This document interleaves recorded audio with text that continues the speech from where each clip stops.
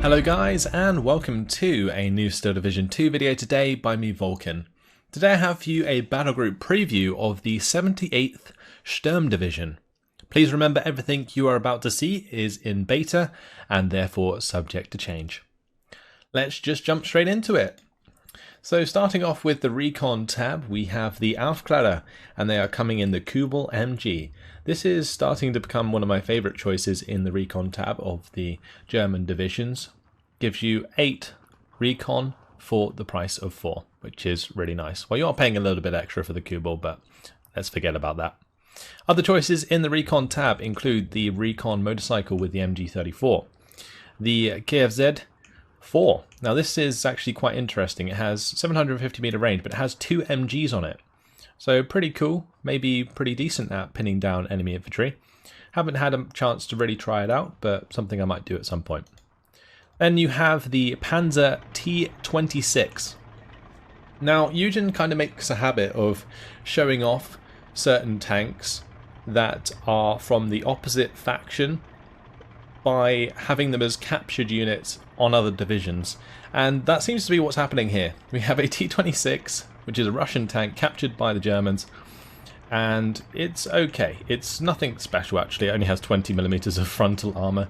It has no HE on its main gun, which kind of makes it pretty trash as infantry support. It only has 1 machine gun. Might be worth playing around with just for fun, but otherwise, interesting little unit to look at. Finally, we have the Speertrupp, and these guys can come in pretty much just your standard transports. I was just checking to see if they could come in the Kubel MG, but they can't. So there you go, just your general Speertrupp. Moving on to the infantry tab. Now this is something that makes the 78th STURM very, very strong. They are an infantry division, so you would expect as much, but they are the first division that we've seen that gains access to the MP44s. But before I show that off, let's just go through my choices. So we have the Ersatztruppen to start. We get 12 of those in Phase A. It's the only choice for the card, but great for holding the front line. Then we have the Schützenführer. These guys are 7 strength command squads, and they have 3 smoke grenades, so incredibly survivable, and they can also be upgraded to 2-star veterancy, which will give you 2 on a card. In this case, I take 3 lots because infantry in this division is quite important. So providing those command stars is also important, and therefore you need more infantry command available to support those, as opposed to my other divisions that tend to focus on getting higher veterancy on command. Then we have the Begleit Pioneers. These guys are awesome. You can only get them in Phase A at 2-star veterancy. You get 3 on the card. They have 9 MP44s, 3 G43s, an MG42, and 2 HE grenades. Fantastic squads for ripping through enemy infantry in the early game. You do get limited availability, so make sure you look after them, but in general, they will look after you. Then we have the Schützen squads. These are kind of like Panzer Grenadiers on steroids. They have 2 MG42s, 2 MP40s, they've got 9 Kar98s, and they've got the H3. So pretty decent squads for ranged engagement, and that's what I would definitely prioritize using them for. Next up we have the Sturmschützen. Now these are again very, very awesome. 13 MP44s.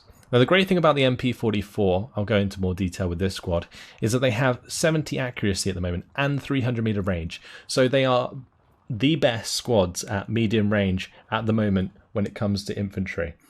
So any squad like Avtomachiki on the Russian side that relies on the 100 meter range, catch them out at beyond 100 meter range, and these will chew through them very, very easily indeed.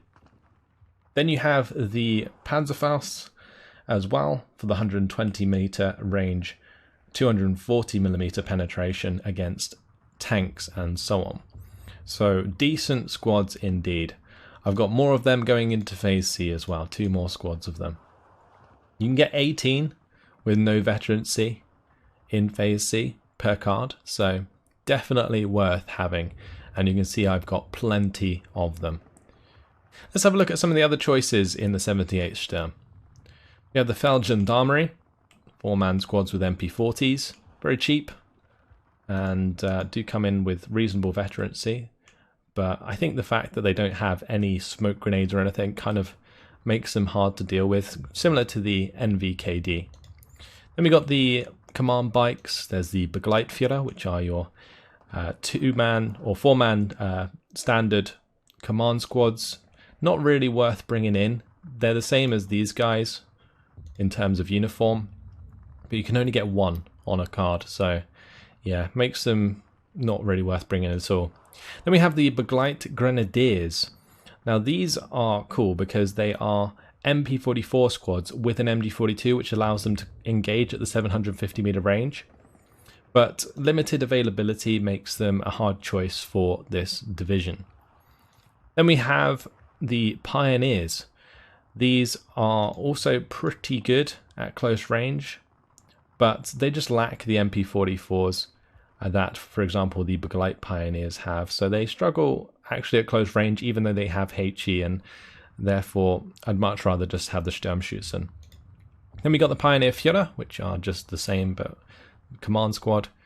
Then we have the Schützenführer, which are the squads that we have in Phase A. And the Sturm Pioneers. Flamethrowers are very strong, and I've considered bringing some maybe into the late game to help sweep through forests, because I've noticed that Sturmschützen can still be beaten by flamethrowers themselves, so be wary of that. There is a card of Bewährungs that you can bring in either Phase A or B. These are 15-man squads, penal troops, so they are using Mosin-Nagants and the Pepusch. Relatively good fodder for the front line, but other than that, not terribly effective.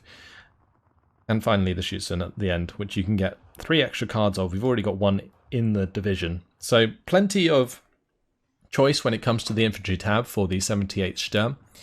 But MP44's definitely the way to go at the moment. They are very, very strong. Something worth mentioning just before we move on is that none of the infantry in the 78th Sturm can come in half tracks, which does leave them quite vulnerable to getting to where you need them to be. Sometimes like an armoured transport's really nice, but in this case you can't bring them in with armoured transports. So bear that in mind when you're bringing your troops to the front line. They may get unloaded early if they come under fire. Moving on to the tank tab. First of all, we have Stugs, then we have more Stugs, and finally we have Stugs. The 78th Sturm is all about that Stug life. It really is. There's only 3 cards you can choose, and I have all of them. I've taken the Stug 3s in Phase B with no veterancy, and the Stug 3s in Phase C with no veterancy, and then the Stug 3 Führer. So the idea of these tanks is they're great for dealing with enemy tanks in the early to mid game, but they're mainly there just to help support your infantry move forwards. Kind of prevent the enemy from shooting at your infantry by covering them with these Stug 3s. The Stug 3s will deal with things like T-34s quite well, because the penetration of 135mm is enough to take them out. But do be wary of T-34-85s and KV-85s, basically anything heavier than a T-34-85, because they can die quite easily. They have limited side and rear armor, and their front armor is only 90mm. But overall, for their price, they're pretty damn strong. So spam these alongside your infantry, and you'll have decent support throughout the game. Moving on to the support tab, we can say hello to my old friend, the IG-18. We have 6 of them with no veterancy in Phase A, and these guys, although they have 2,000 meter range now, they aren't as good as they once were, because infantry engagements at range aren't as important as they once were, since there are an abundance of tanks on the field these days. So IGs can be chewed up pretty quickly, but they're still decent, and they will help you, especially in breakthrough on defense. Next up, we have the Commandant. This is your first Phase A Commander, it's definitely worth having. And along the same vein, I do bring in the Phase B Commander, which is the Panzer II-C. Then for supply, I've got Opel Blitz in B and Opel Blitz in C. 6 available and then 10 available. Having that much supply is definitely important. And I like having the Opel Blitz over the RSO because the RSO is just really slow. And the 78 STURM, it has the Nebelwerfers in the artillery tab. And RSOs aren't as good at maneuvering those about as Opel Blitz are. So that's my reasoning for bringing Opel Blitz over these RSO, even though you can get 8 of them on one card with 15,000 supply in Phase C if you wanted to. I do bring the IG-33. This is more just for me to try out. They are awesome. They do have 7 damage, 2,000 meter range. Just a lot of HE power. But HE's a little bit wonky at the moment, so yeah, just having these units to try out, wouldn't necessarily recommend them otherwise. Other choices in this tab are Flammenwerfers, which you can bring only in Phase A. I'd recommend bringing 9 of them at unvetted, so that you can just take down enemy forces nice and easy at close range. There is the MG42s as well. They have 1,500 meter range, really good for area denial against infantry. And finally, there is a Stug 3 Commander for Phase C, but Phase A and B Commanders should be enough to get you through the game, as long as you keep them safe. Moving on to the anti-tank tab. The 78 STURM is actually really nice on the anti-tank tab. You've got a couple new units to look at. But first of all, we have the Phase A Panzerschrecks. They come on the motorcycles, which are nice and quick. And what you're going to do with these is get them into ambushing positions to help take out clumps of T-34s. That's what they're there for. They do have the 250 meter range, and they're great for hiding in trenches as well on breakthrough mode. Then we have the Marder 2. This is the first time we've seen these in Steel Division 2. They have 190 millimeters of penetration on their APCR shell, and then they have 145 millimeters of penetration on their AP shell. So same statistics as the Pak 40, except from they are cheaper and they come with obviously a hull. So these are great for just moving around wherever you need them, and pretty good value for money. I bring in 2 cards of these in Phase A at no veterancy. You can get the veterancy up using the command and the commanders. I've got that 1 card of Pak 40s in there as well. Then moving into Phase B, we have another card of Panzerschrecks. No veterancy, since the accuracy on these guys is pretty decent regardless, 90%. So yeah, just spam these around moving into Phase B as well. Can really help you sponge a large attack from T-34s, and especially considering at the moment Maverick divisions with an abundance of T-34s in Phase B are quite popular. These can help you deal with that. Then we have a card of Pak 40s once again, 4 of these unvetted for Phase B. And then we have another of the newer units, the Nashorn. So these guys are very, very strong. They have 230 millimeters of penetration, and that is with their standard AP shell. They don't even use APCR. So incredibly strong and very reliable for penetrating enemy armor. They've got high damage, so often one-shot kill. And the best thing to do with these is make sure they have as much veterancy as possible, so they just one-shot kill. And that's why in Phase C I'm bringing them in with 1-star veterancy, because you don't sacrifice the availability as much. But these are perfect for backing up your Stugs against things that are harder to kill, like the IS-1 and the KV-85s moving into the mid to late game. So that's what the Nashorns are fantastic for, but don't let them get overwhelmed. They really struggle against big groups of T-34s because they are paper thin in terms of armor, so they can die very quickly. So you either use these in one-on-one engagements, or you make sure that you've pinned the units you're attacking before you roll them forwards. Finally, we have the units that are available otherwise. So the Panzerbursche, this is a 100mm APCR AT gun. Only has 1000 meter range, but I would say relatively decent for ambushing. Then we have the Panzervernichtung squads. Their lack of availability makes them lackluster in comparison to the Panzerstrecks, in my opinion. And then the only other unit we've seen so far, or haven't seen so far, is the PaK-43, which has 230 millimeters of penetration, same as the Nashorn. It uses the same gun, but obviously is much more difficult to move around. It's very slow, 9 km/h speed. These guys somehow pick this up and push it about. But 55% accuracy, it's not going to ambush very well because it only has bad stealth. It's pretty trash. The PaK-43 really underperforms in my opinion at the moment, and it's unfortunate because it's a very cool gun. Now we have the anti-air tab, which doesn't really feature anything new as such, so I'll just go through the units that I've chosen. First of all, we have a card of unvetted Flak 43s to provide anti-air in Phase A. Then I have a card of the SDKFZ 72s in Phase B. We got 2 of those unvetted. And then we have another card of those in Phase C unvetted so that we can get 4 on 1 card. These SDKFZ 71s are actually pretty damn strong at shooting down enemy aircrafts, especially the Yaks. So make good use of them to support your tanks on the move.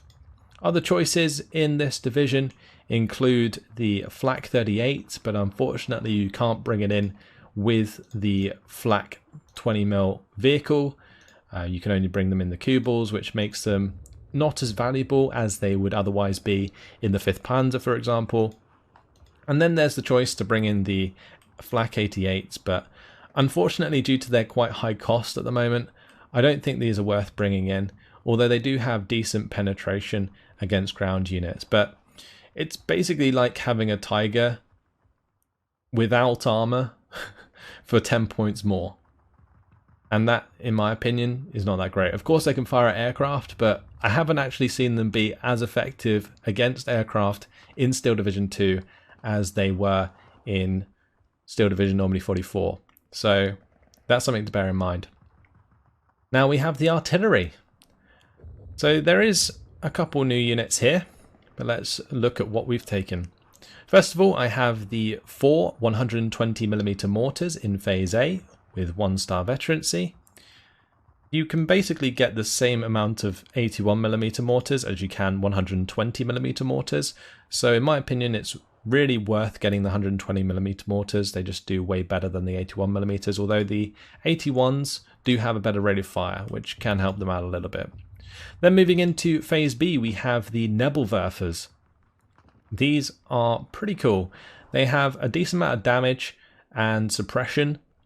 If you can bring in at least a couple at a time, you can pin down groups of tanks quite well. You won't necessarily kill the tanks, but it does give you an opportunity to charge them with the Stugs and stuff, maybe ambush them with Marders and Nashorns in order to get the upper hand. So worth bringing in, and this is the reason really for the abundance of Opel Blitz in the support tab, because you will want to have a single Opel Blitz with every Nebelwerfer you bring in, so that as soon as you fire the 6 shells that they have, you can pick them up and you can move them to a different location. Otherwise you're just going to get hit by counter battery and have potential of losing them. So important to keep them with the Opel Blitz and just put them on a shift unload command somewhere else, so they automatically unload when they get there and start, resupplying the rockets. So I've got 6 of those in Phase B, 2 cards, and no veterancy because it's not really required for artillery in my opinion. Then we have in Phase C the SFH-18 150mm.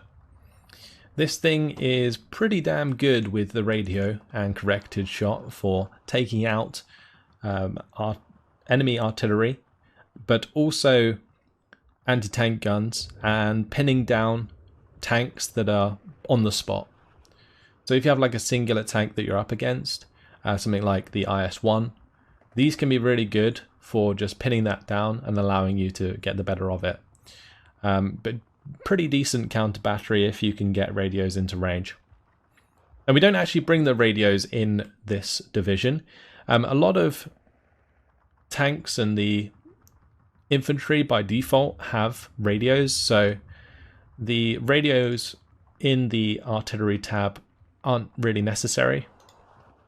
I also really don't see a need for the command in the artillery tab, because in the artillery tab of the 78th Sturm, the activation points are quite high for extra cards.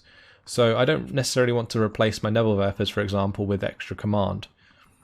So that's the reason we're not bringing those. Then we have the LEFH 18M 105mm.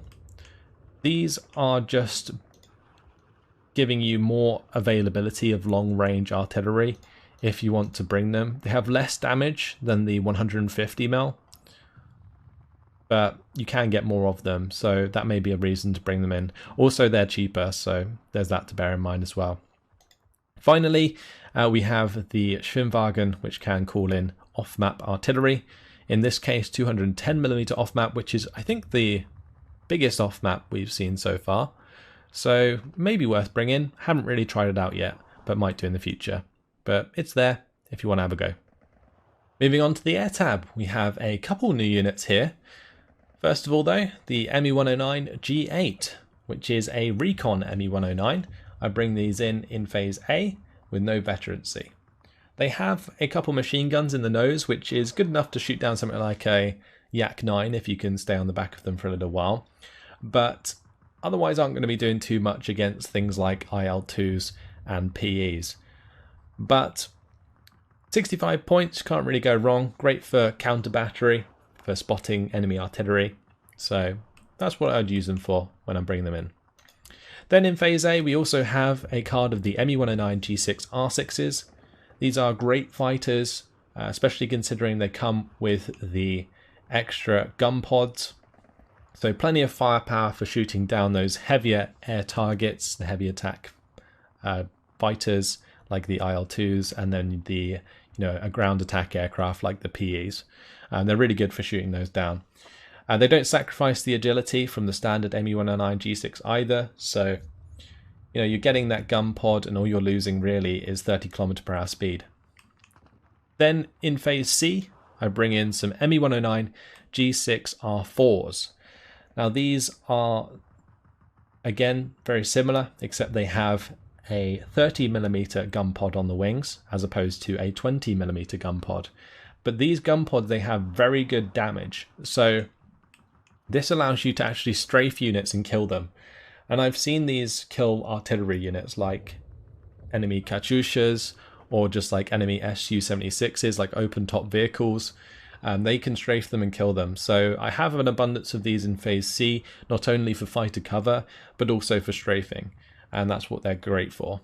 Now, other choices in the air tab include the HE-46, which is a 15-point recon aircraft. I really like how cheap this is, because honestly, if they don't get attacked, they can provide you with plenty of information. And for 15 points, you can't really go wrong. Then there's the JU-188 recon bomber, I guess. It doesn't have any bombs on it, but yeah, it just acts as a very heavy recon aircraft, which is quite survivable. So maybe worth trying out. I might do at some point. Then we have the standard ME109 G6, which I don't have in my lineup. Has a pretty cool paint job though.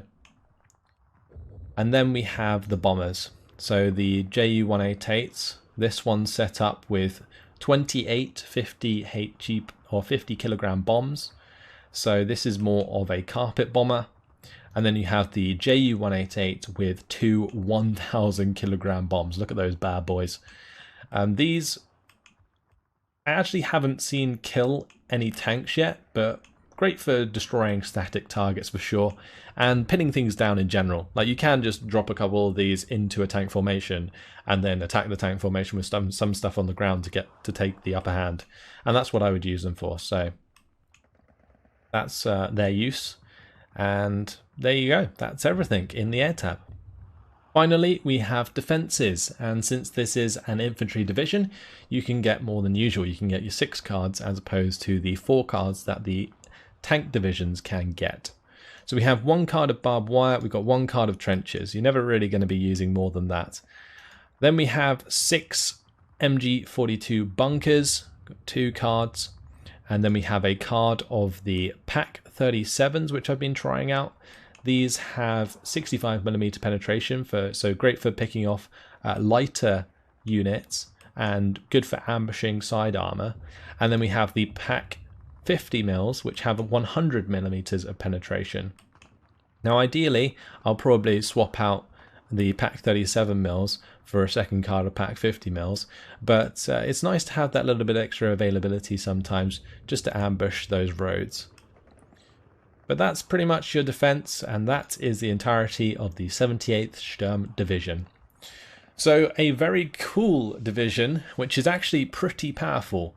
The Marders can carry you through the early game, then moving into phase B and C, you're going to be relying on Stugs accompanied by Nashorns in order to take on enemy armor. Your infantry should be able to take on most enemy infantry other than close range flamethrowers, and you also have the Nebelwerfers to help you make ground as well. So in this case I have it set up as balanced.